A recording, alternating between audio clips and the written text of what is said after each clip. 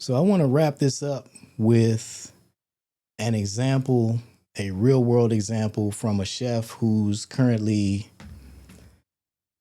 experiencing the highs and lows of the food industry. This chef that I'm going to show you is winning all the awards. This chef is at the top of the game in terms of professional achievement, but he's also experiencing severe financial difficulties, some financial challenges right now. And this is a story that's just far too common. And I'm sharing this with you because this is public record. That's how I know about it. This came to me via email in my, I'm subscribed to the business journals, and this is an article that's in the business journal about a chef who's Michelin starred, Michelin rated, or won a Michelin award rather. The restaurant is not Michelin starred, but the chef won a Michelin award. This chef won a James Beard Award. This chef has just winning all the awards, and his restaurant is facing eviction because of unpaid rent. And I'm using this chef as an example to show you how, if you incorporate a cooking show, a food education component into what you're currently doing, that you can make money that will allow you to do what you want to do in the food world and not be suffering these financial difficulties. The It's just unfortunate that you can be the best at what you do and still be making very little money or not enough money in the food world. So we're gonna take a look at this example real quick. Acclaimed DC restaurant Causa faces eviction threat over unpaid rent. Just weeks after its chef and co-owner Carlos Delgado was named the Mid-Atlantic region's best chef at the 35th annual James Beard Awards, acclaimed DC restaurant Causa Amazonia is facing an eviction threat over unpaid rent. The restaurant's landlord claims Causa owes $106,000 in rent and related charges,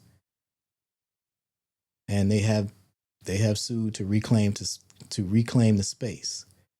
The lawsuit understands how even celebrated restaurants like Causa operate on the slimmest of margins. In addition to the James Beard Award, Chef Delgado earned a Michelin Young Chef Award in December, and he's also up for a Rammy Award in the Best Chef category. The Rammys are the award ceremony for the Restaurant Association of Metropolitan Washington. That's a Washington, D.C. area restaurant association, and that's a huge deal. Think of it like a local version of the James Beard Award, and he's up for winning one of those. So that's a huge deal.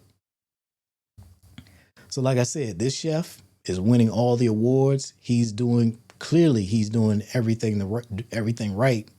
He's doing some really innovative stuff in the kitchen and delivering a fantastic experience to people, and he's getting the recognition, but he's not getting the financial benefit that should come with that level of skill at your craft. And that's just a product of, that's just a nature of the food business, the razor thin margins. You can be really, really, really good. You can be the best at what you do and still be operating on razor thin margins. And you can use a cooking show to take yourself out of that world, or at least you can stay a lot more comfortable in it. So let's say the chef wants to run restaurants. What I would recommend for this chef, if I were coaching this guy, is I would say offer a premium cooking class in the form of a one-day experience with a Michelin-starred James Beard Award winning chef, and charge $20,000 per person. And this chef has the credentials to pull that off. He has these accolades on his resume. He is among the best chefs in the world, not because he says so, but because his industry says so. And he's in the market, the geographic market where he can pull this off. He's in the DC market. So this is one of the most affluent regions in the United States. DC, Maryland, and Virginia have very deep pockets of wealth. There are communities where $20,000 for something like this is not a big deal.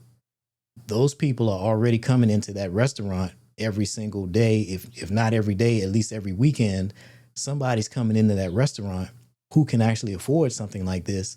This chef just has to offer it. So what does this premium experience look like? Why would people pay for this?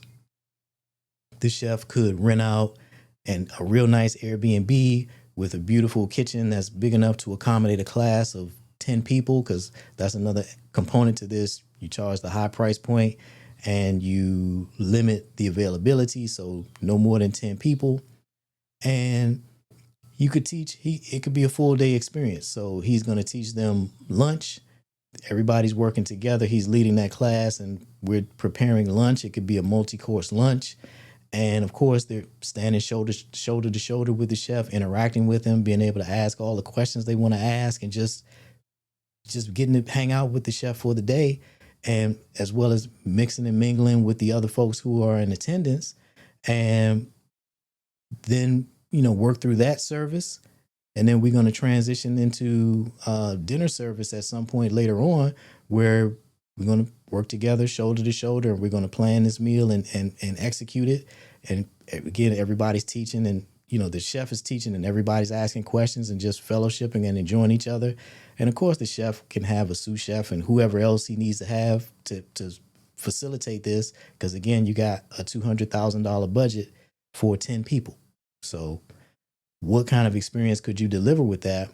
And this would be something that those folks would really enjoy. They would be over the moon about it. The chef will have at the end of that day made $200,000 for one day of work. He could do this once a quarter, and that's $800,000 for the year from 4 days of work. And again, we're talking about this particular chef because he has a $100,000 or so rent problem. Well, he could solve that problem in one day with this premium cooking class that I'm talking about. He has the credentials to do it. He has obviously the expertise to do it. And he's in the market, the geographic market. The people where he is have the money to pay for something like this. They have the desire to pay for something like this. And I want to just speak on that for a second, because so many people have a poverty mindset. You just think nobody has any money, and that's just not true. Plenty of people have plenty of money to spend on experiences. Money is no longer an issue for them.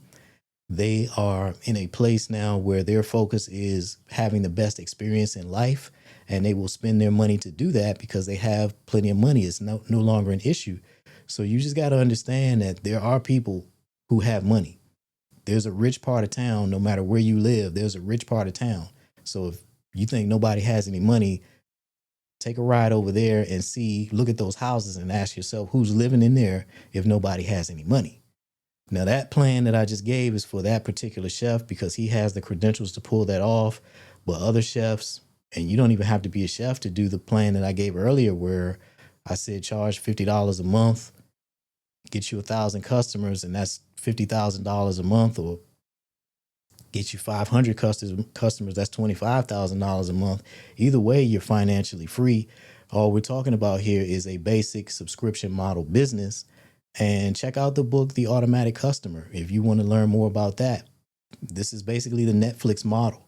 You create something, you sell it as a subscription, you deliver a quality service, people stay signed up, and then you just keep signing up more people and adding to your revenue, but it doesn't add to your work. You're doing the same amount of work. So if your subscription, you're offering a live session every week or every month or whatever it is, whether it's 10 people in attendance or 1,000 people in attendance, you're still doing the same amount of work. The difference is your revenue increases significantly as you add more people. That's how a subscription model business works. So what I'm explaining here is that there are quite a number of different ways for you to make money and earn your living as a chef. You do not have to just stand in a hot kitchen for 70, 80 hours a week or however long it is you're working and break your body down with all those physical demands and the mental demands. That is one way to be a chef. That is not the only way to be a chef and earn your living as a chef. And a cooking show is a fantastic way for you to do what you love and do it in a way that you get to actually enjoy life. So if the things that I've shared, if these, ideas, these concepts that I presented to you make sense, if this sounds like something that you think is doable for you, this is something that you're interested in, then that's what my 5-day cooking show launch is for. I'm here to help you get your cooking show started. So sign up for training, and I look forward to helping you create your best life. Use your culinary skills to create the best life that you're capable of living, because if you're not happy with how you're living right now, it doesn't have to be that way. You got options. So let's get you signed up for training and get your cooking show started, chef.